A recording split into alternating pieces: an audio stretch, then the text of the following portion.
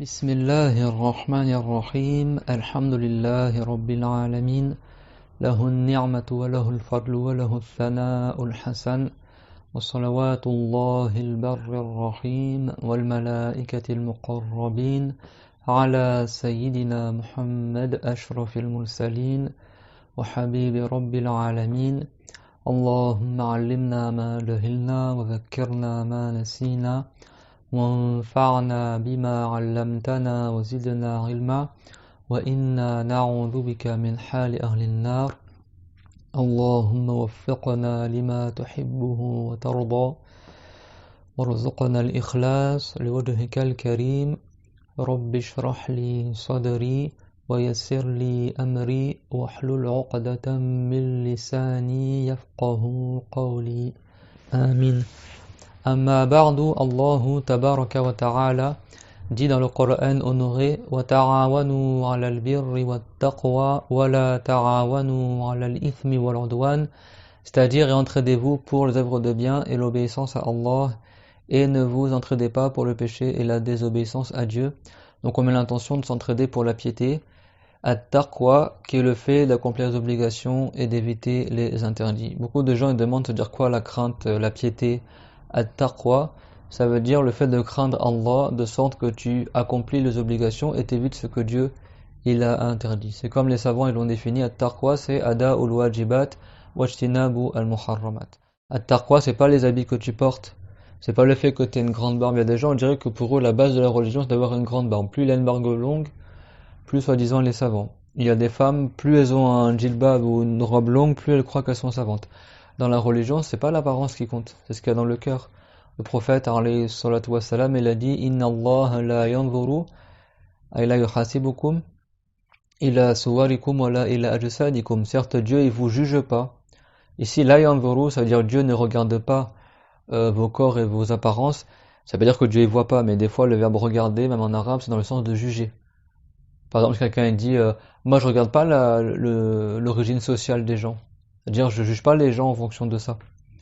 Donc dans le hadith, c'est ça qui est visé. Inna Allah la yanzuru ila suwarikum wa la ila ajsadikum. Certes, Dieu, il ne regarde pas, c'est-à-dire qu'il ne vous juge pas en fonction de vos apparences et de vos corps.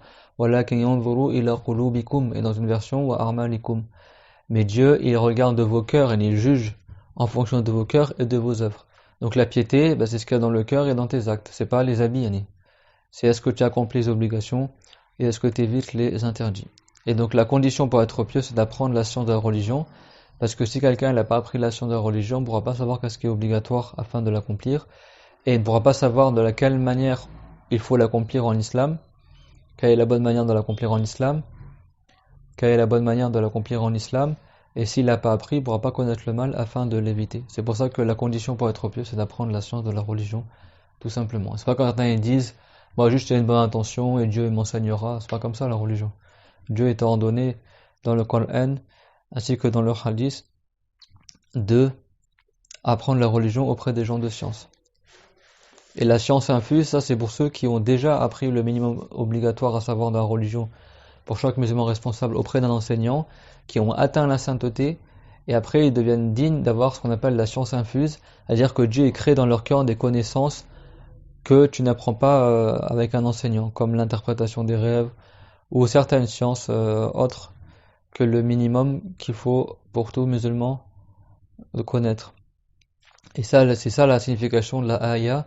Wattaqullaha wa yu'allimukumullah. Wattaqullaha wa yu'allimukumullah.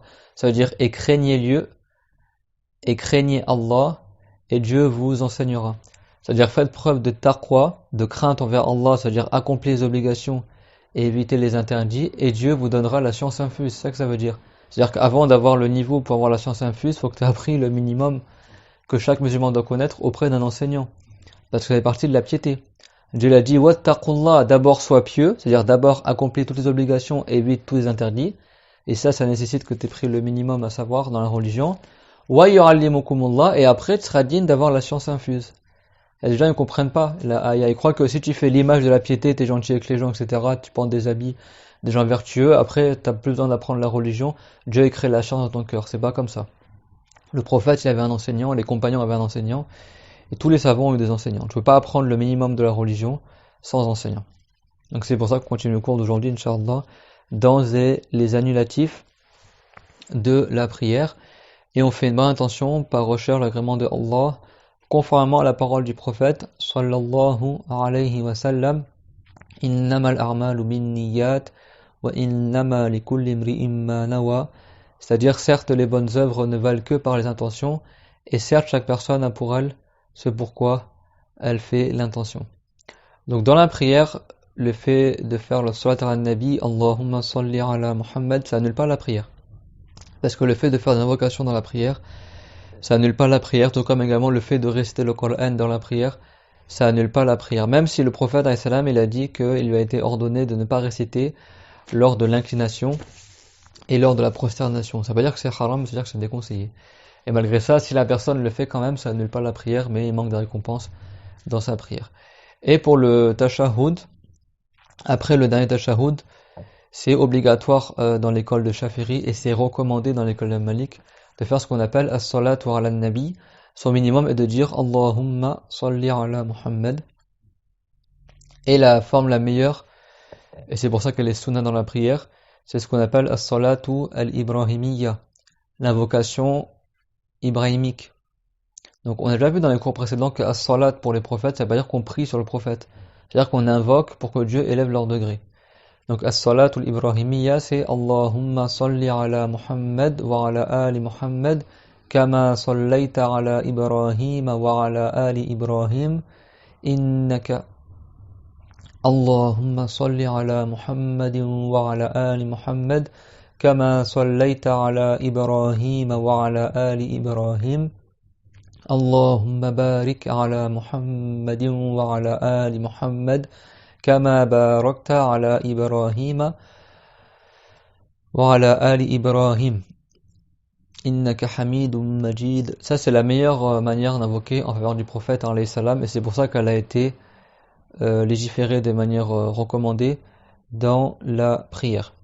On invoque pour le prophète Mohammed et pour le prophète Ibrahim, et ainsi que les pieux de la communauté du prophète Mohammed et les pieux de la communauté du prophète Ibrahim, et c'est recommandé d'invoquer également pour tous les prophètes. As-salat, ça veut dire quoi? Le fait d'élever en degré. On demande à Allah Ta'ala qu'il élève en degré le prophète Mohammed et en mérite. Et as-salam, c'est le fait qu'on demande la préservation pour le prophète Mohammed alayhi salatu wassalam. Tout comme on dit assalamu alaykum pour n'importe quel musulman, ça veut dire salut à toi, et le salut ça veut dire la sauvegarde. C'est pour ça qu'on dit l'armée du salut ou quelque chose de salutaire, c'est-à-dire quelque chose qui te sauve, de salvateur. La sauvegarde. La sauvegarde on appelle ça le salut, et en arabe on appelle ça le salam. Donc ça c'est recommandé de dire à n'importe quel musulman, et dans la prière également, dans le tahiyyat, dans le tashahhud, on dit assalamu alayka ayyuhan nabi. Salut à toi, ô le prophète, que le salam soit sur toi. Et ça prouve que ce n'est pas haram de dire uniquement le salam pour le prophète Mohammed alayhi salam. Il y a beaucoup de gens qui m'ont fait la remarque, soit disant pourquoi des fois tu dis le prophète alayhi salam et tu dis pas sallallahu alayhi wa sallam. Comme on dirait pour eux que c'est interdit de dire juste alayhi salam. Mais quand tu dis alayhi salam, c'est comme je disais assalamu alayhi. Et c'est comme je disais assalamu alaykum pour le prophète Mohammed alayhi salam. Mais assalamu alaykum on dit dans la prière. Donc selon eux, dans la prière tu peux le dire, mais dans la prière tu le dis pas. Même si Dieu l'a dit sallu alayhi wa sallimu taslima, invoquez en faveur du prophète alayhi salam et saluez-le. Ça ne veut pas dire que c'est haram de uniquement le saluer, tu peux faire les deux ou l'un des deux.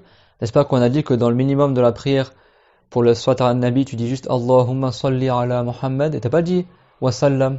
C'est pas haram. Pourtant Dieu l'a dit sallu alayhi wa sallimu. Mais ça c'est dans l'ordre de la recommandation, c'est pas obligatoire. Après dans la prière, comme c'est même dans l'école de l'imam Malik, c'est pas un devoir de dire dans la prière. Donc c'est pas haram si quelqu'un juste il dit Sallallahu ala Muhammad, que Dieu élève en degré le prophète Muhammad. Il fait juste le salat tout seul pour le prophète alayhi salam. Ou alors il choisit de juste dire le salam pour le prophète. On peut dire le prophète Muhammad alayhi salam a dit. Mais il n'y a pas de nuisance en ça. Alayhi salam, c'est-à-dire que tu passes le salam, que tu demandes la préservation pour le prophète de ce qu'il craint. Comme on a vu dans certains cours. N'est-ce pas que c'est recommandé quand tu es devant la tombe du prophète alayhi salam de lui passer le salam? Même ils ont mis des pancartes maintenant sur la grille de la tombe du prophète. Huna as-salam ala rasulillahi sallallahu alayhi wa sallam. Huna as-salam ala Abi Bakr. Huna as-salam ala Omar. C'est ici que tu passes le salam pour le prophète, si tu passes le salam pour Abu Bakr, et si tu passes le salam pour Omar. Alors que dans toutes tes prières, tu dis Assalamu alayka ayyuhan nabi wa rahmatullahi wa barakatuh. Et que dans l'école de Shafi'i, c'est un pilier de la prière. Dans l'école de Shafi'i, si tu dis pas ça dans ta prière elle est même pas valable. Et dans l'école d'Abu Hanifa, c'est une obligation de la prière. Si tu dis pas ça dans ta prière, tu tombes dans le péché. Et dans l'école d'Imam Malik, c'est une sunna recommandée, appuyée, sunna mu'akkada. Si tu dis pas dans ta prière, tu manques de récompense dans ta prière. Assalamu alayka ayyuhan nabi wa rahmatullahi wa barakatuh. Donc ça prouve que quoi? Que c'est permis de passer le salam au prophète, même si tu ne l'as pas secondé par la salat. Et bien sûr, le mieux c'est de dire sallallahu alayhi wa sallam. Mais des fois, quand tu es pris dans le feu de l'action du cours, tu veux citer une idée rapidement, et donc tu prends le temps de dire alayhi salam, parce que tu n'as pas pris le temps de dire sallallahu alayhi wa sallam, mais tu as préféré dire une invocation, plutôt que de dire le nom du prophète alayhi salam sans rien dire du tout. Parce que le prophète sallallahu alayhi wa sallam a dit al-bakhilu man dhukirtu indahu falam yusalli alayhi.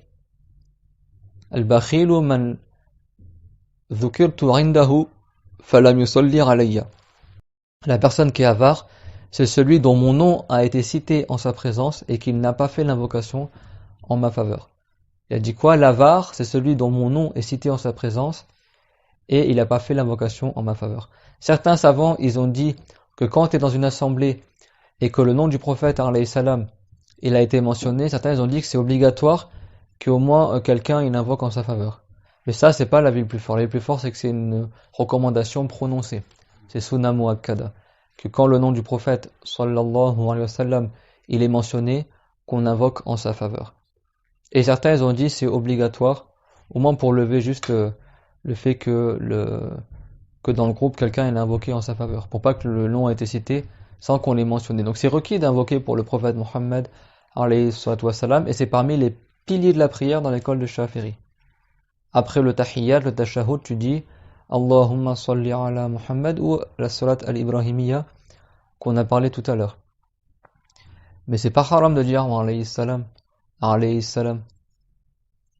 C'est pas haram. Et c'est pas blâmable de uniquement dire alayhi salam. Donc les invocations comme ça dans la prière, ça annule pas la prière. Également réciter le Coran. Donc la prière, elle est annulée par les paroles des gens. Comme on a vu dans les cours précédents, le prophète alayhi salam, il a dit Inna hadhihi salata la yasluhu fiha shay'un min kalamin nas. C'est un hadith rapporté par Muslim. Inna hadhihi salata la yasluhu fiha shay'un min kalamin nas. Mais comme on a dit, pas des invocations, et également sauf la récitation du Coran. Également parmi les choses qui annulent la prière, donc ça c'est que à condition que la personne se rappelait qu'elle est en train de faire la prière et elle savait que c'était interdit de faire ça dans la prière. C'est-à-dire qu'il a fait ça volontairement en se rappelant qu'il était en train de prier et il savait que c'était interdit de faire cela dans la prière. C'est-à-dire que si quelqu'un il a parlé dans sa prière à quelqu'un d'autre sans savoir que c'était haram, sa prière n'est pas annulée. Après il tombe quand même dans le péché, mais sa prière n'est pas annulée. Mais il tombe dans le péché d'avoir fait quelque chose qui est interdit durant la prière. Ou alors quelqu'un, il a parlé dans sa prière du langage des gens, mais en oubliant qu'il est en train de prier. Également, sa prière n'est pas annulée. Donc ça, c'est parmi les conditions pour que la prière soit annulée. Et même si la parole que la personne a dit était composée uniquement de 2 lettres, que ce soit 2 lettres qui aient un sens ou pas. Donc par exemple, si la personne dans sa prière, et dans sa prière elle fait ouf, comme ça, c'est 2 lettres, ouf, yani alif et fa, yani O-U-F, ouf, et ben s'il dit ça volontairement en se rappelant qu'il est dans la prière et en sachant que c'est haram, sa prière est annulée. Et certains savants ils ont dit également si tu fais des voyelles avec des prolongations, parce qu'en arabe ça compte comme 2 lettres.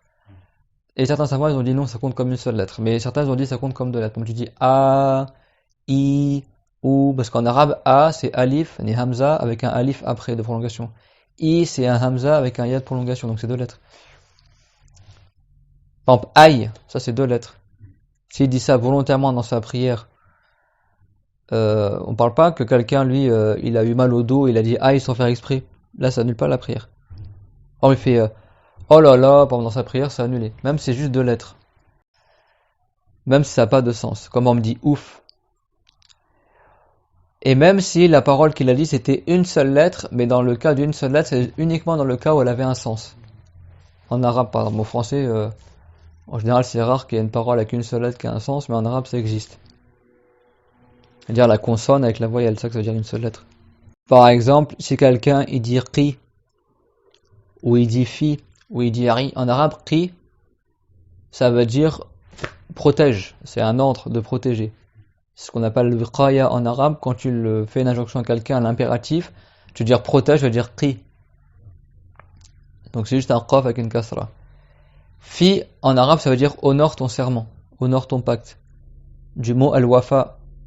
C'est pas fi avec un ya de prolongation qui veut dire ce qu'on appelle la dharfiya, qui veut dire dedans en arabe. Non, ici on parle de fi, un fa avec une kasra dessous, juste une seule lettre. Fi. F-I, yani. En arabe, les voyelles, c'est pas des lettres. C'est que les prolongations qui sont des lettres. Donc fi, ça veut dire honore ce que tu as promis, par exemple. Et ari aussi en arabe, ça c'est un rain avec une kasra. C'est une seule lettre aussi, donc une consonne avec une voyelle.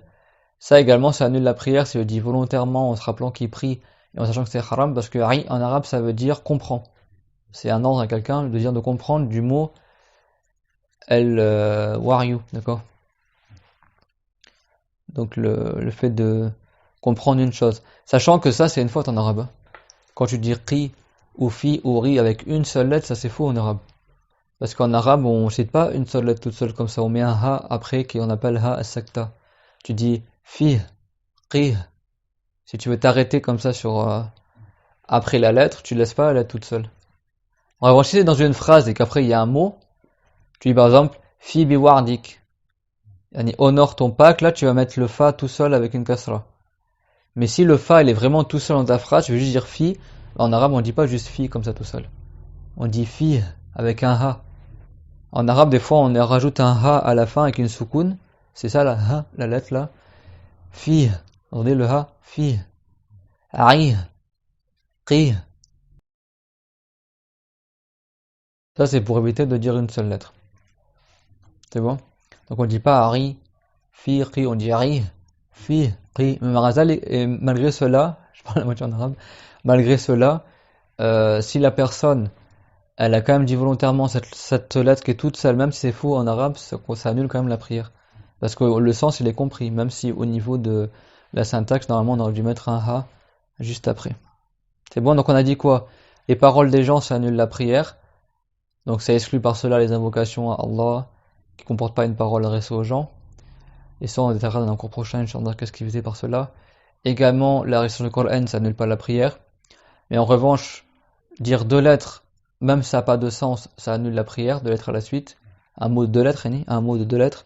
Ou alors une lettre qui a un sens également, ça annule la prière. Sauf si la personne, elle a oublié qu'elle était en train de faire la prière. C'est bon? Mais à condition que la parole, elle soit peu. Selon l'habitude des gens. Comme par exemple 6 phrases, 6 petites phrases. Par exemple, si tu dis « pars au marché, achète-moi du pain » par exemple, ramène le pain à la maison, pose-le sur la table de la cuisine par exemple, des petites phrases comme ça. Si là on dit 6 environ, ça c'est pas considéré comme beaucoup de paroles. Mais si c'est plus que cela, si c'est considéré comme beaucoup de paroles, sa prière elle est quand même annulée, même s'il l'a fait par oubli. Parce que la prière elle comporte des attitudes qui te rappellent que tu es en train de prier. Donc c'est pour ça que quand on parle de ce qui annule la prière, le fait de manger et de boire, sauf si c'est en petite quantité, et il y a le fait de parler du langage des gens, sauf si c'est en petite quantité, et bien sûr que tout ça il l'a fait par oubli. Il a mangé, il a bu par oubli, et c'était peu de choses. Ou il a parlé par oubli, mais c'était peu de choses. Ça c'est toléré dans la prière, ça annule pas la prière, ça annule pas la prière. Pourquoi? Parce que c'est peu de choses. Mais si c'est trop, s'il mange trop, ou il boit trop, ou il parle trop, Comme la prière, il y a des attitudes dans la prière qui te rappellent que tu es en train de prier, comme l'inclination, la prosternation, etc. C'est-à-dire que la personne n'est pas censée oublier longtemps qu'elle est en train de prier. Donc si elle a exagéré dans ces choses-là, elle a fait trop fait, sa prière elle est quand même annulée, même s'il l'a fait par oubli. C'est bon? Contrairement au jeûne, dans le jeûne, ça annule pas, même s'il mange beaucoup, s'il oublie qu'il est en train de jeûner, parce que le jeûne, il n'y a pas une attitude qui te rappelle que tu es en train de jeûner. Contrairement à la prière. La prière, tu es en face de la qibla sur un tapis de prière, en train de te prosterner, bon, c'est possible que tu oublies que tu es en train de prier, au bout d'un moment, tu vas te rappeler rapidement. Donc ce qui est toléré, c'est le peu de paroles, le peu de nourriture et le peu de boisson. C'est bon? En revanche, si quelqu'un il récite la Fatiha dans sa prière, et après avoir récité la Fatiha, il dit Sadaqallahu al-Azim, c'est-à-dire Dieu a dit vrai, ça annule pas la prière. En arabe, il dit ça, c'est ce que je dis en général, après avoir récité le Coran. Vous savez que c'est même des gens, ils disent que c'est haram de faire ça, subhanallah. Alors que Dieu, il a dit Qul Sadaqallah, c'est marqué dans le Coran, dit Sadaqallah, dit Dieu a dit vrai. Donc les musulmans sunnites qui ont appris la religion, ils ont l'habitude, après avoir récité le Coran, de dire Sadaqallahu al-Azim ou Sadaqallah, Dieu a dit vrai. Comme on a dit dans le hadith, le prophète il a dit que la meilleure des paroles, c'est la parole de Allah, Tabaraka wa Ta'ala. Bien sûr, la parole de Dieu, c'est pas un son, ni d'être, ni une langue. Mais quand on dit que le Coran, c'est la parole de Dieu, c'est-à-dire que c'est l'expression de la parole de Dieu. Et l'expression de la parole de Dieu, elle est créée par Dieu, elle est dans une langue. Le Coran, il est révélé en arabe. Le vrai évangile qui n'existe plus aujourd'hui avait été révélé en araméen. Et la vraie Torah qui n'existe plus aujourd'hui avait été révélée en hébreu. Donc ça, on dit que ce sont la parole de Dieu, dans le sens que c'est l'expression de la parole de Dieu qui sont dans des langues révélées. Mais la parole de Dieu qui est l'attribut de Allah, elle n'est ni une langue, ni des lettres, ni un son. Comme il a dit le grand savant du salaf, Abu Hanifa, Wallahu yatakallamu laka kalamina. Que Dieu ne parle pas comme nous on parle avec des points de sortie des lettres, des points de prononciation, des organes, et Dieu ne parle pas ainsi. Subhanahu wa ta'ala. Mais le Coran, on dit que c'est la parole de Dieu dans le sens que c'est l'expression de sa parole. Également, la prière, elle est annulée par beaucoup de gestes, selon l'habitude des gens. Et sur quoi il y a unanimité chez les Shaférites, donc beaucoup de gestes selon l'habitude des gens. Et sur quoi il y a unanimité dans l'école de Shafiri, dans le mazhab Shafiri, c'est que la prière est annulée si on fait beaucoup de gestes. Après, c'est comment quantifier beaucoup de gestes, c'est là où ils ont divergé. Alors, l'avis le plus fort chez les Shaférites et aussi chez les Malikites, c'est que c'est ce qui prendrait le temps environ d'une raka. C'est pas le simple fait de faire 3 gestes à la suite. Certains Shaférites, ils ont dit le fait de faire 3 gestes à la suite, par exemple ça et ça, sa prière est annulée. Qu'il les fait successivement, 1, 2, 3, c'est-à-dire qu'il bouge le bras droit, après le bras gauche, après la tête. C'est un exemple, ça peut être autre chose que ça. Ou soit il fait les 3 en même temps. Également, ça, sa prière est annulée, selon certains avis, d'accord?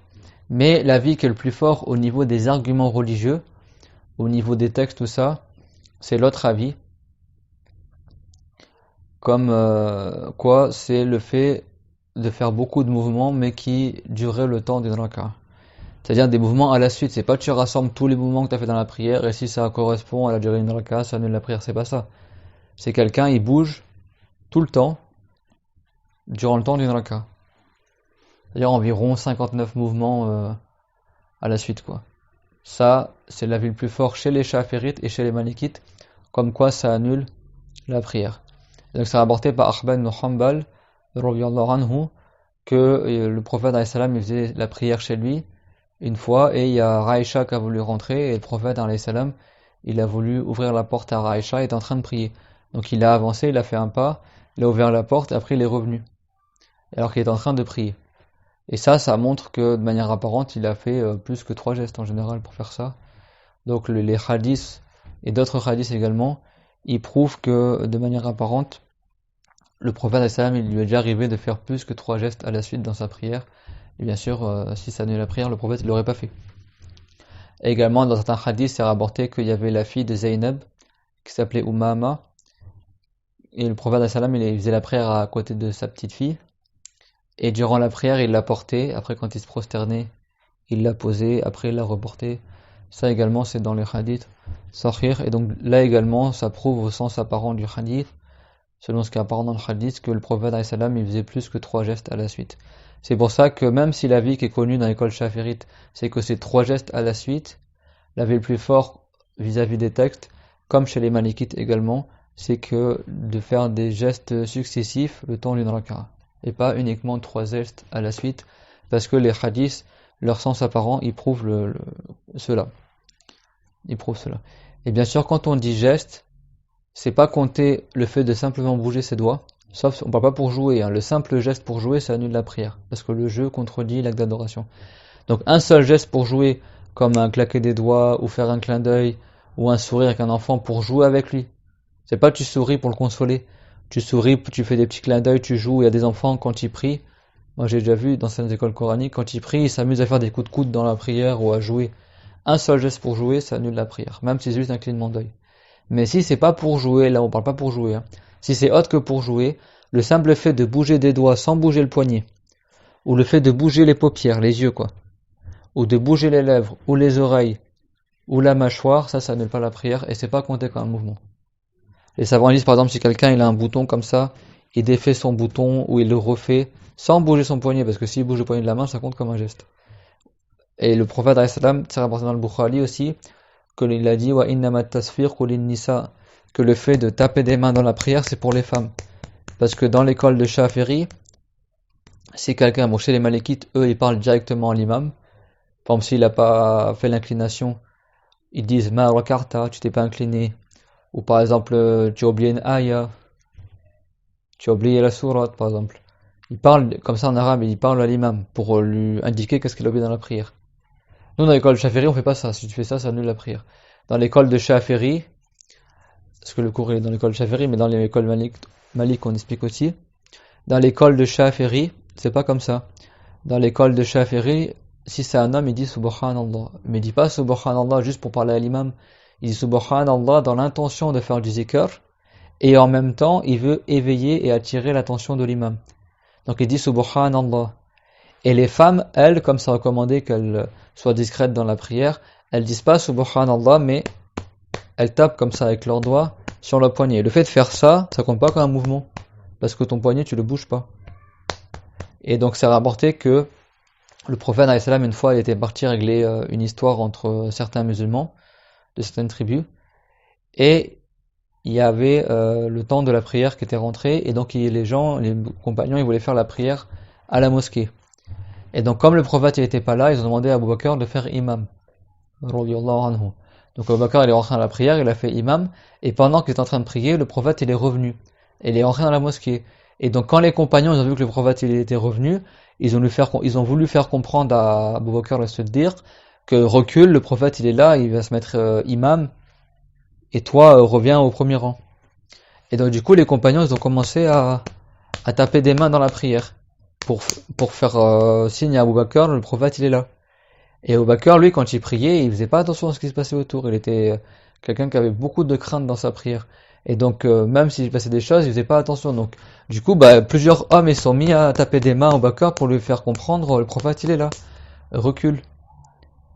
Et après, Abu Bakr a fini par regarder ce qui se passait, alors qu'il était en train de prier. Il a tourné la tête et il a vu que le prophète était là. Et du coup, il a voulu reculer. Le prophète lui a fait un signe comme quoi, reste en tant qu'imam à ta place. Et Abu Bakr s'est quand même reculé et s'est mis au premier rang. Et du coup, le prophète s'est mis devant et il a fait imam. Donc il a continué la prière avec les compagnons. Et Abu Bakr, il s'est mis derrière. Donc pas au premier rang directement. En fait, ce qui est rapporté dans le hadith, c'est que le prophète s'est mis devant Abu Bakr. Abu Bakr il s'est retiré derrière et après les gens ils étaient derrière Abu Bakr. C'est-à-dire qu'Abu Bakr il s'est mis juste derrière le prophète alayhi salam. Et du coup, les gens ils suivaient Abu Bakr et Abu Bakr il suivait le prophète alayhi salam. Ça veut pas dire qu'il y avait deux imams, mais le prophète il faisait imam et après derrière il y avait Abu Bakr, parce que quand quelqu'un il se retrouve tout seul avec l'imam, il peut se mettre même s'il y a des gens derrière.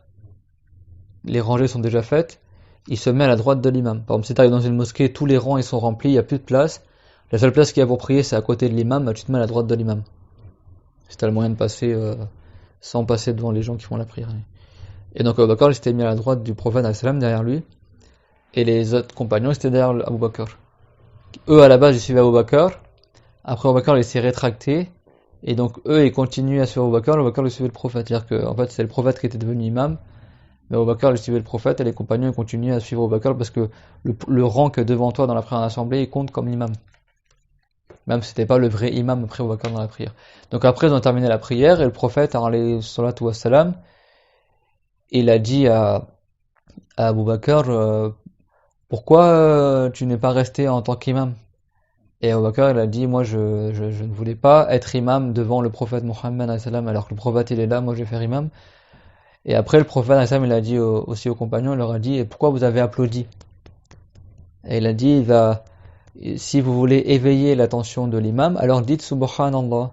Et après, il a dit, wa innamat tasfiqu lin-nisa. Il a dit, parce que le fait d'applaudir dans la prière, ça c'est que pour les femmes. Ça veut dire que c'est haram, mais ça veut dire que c'est les femmes qui applaudissent qui tapent des mains dans la prière au lieu de dire Subhanallah.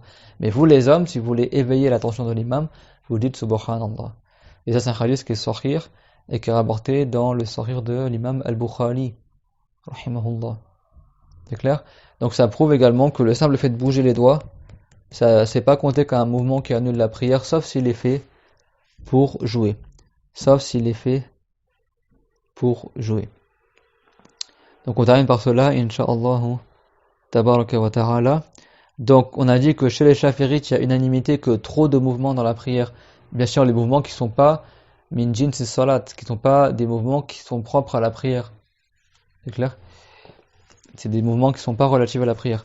Les savants, ils sont unanimes que ça annule la prière parmi les Chafirites, mais après c'est comment on les quantifie, c'est là, comment on les détermine, ces mouvements-là qui sont nombreux, c'est là où ils ont divergé.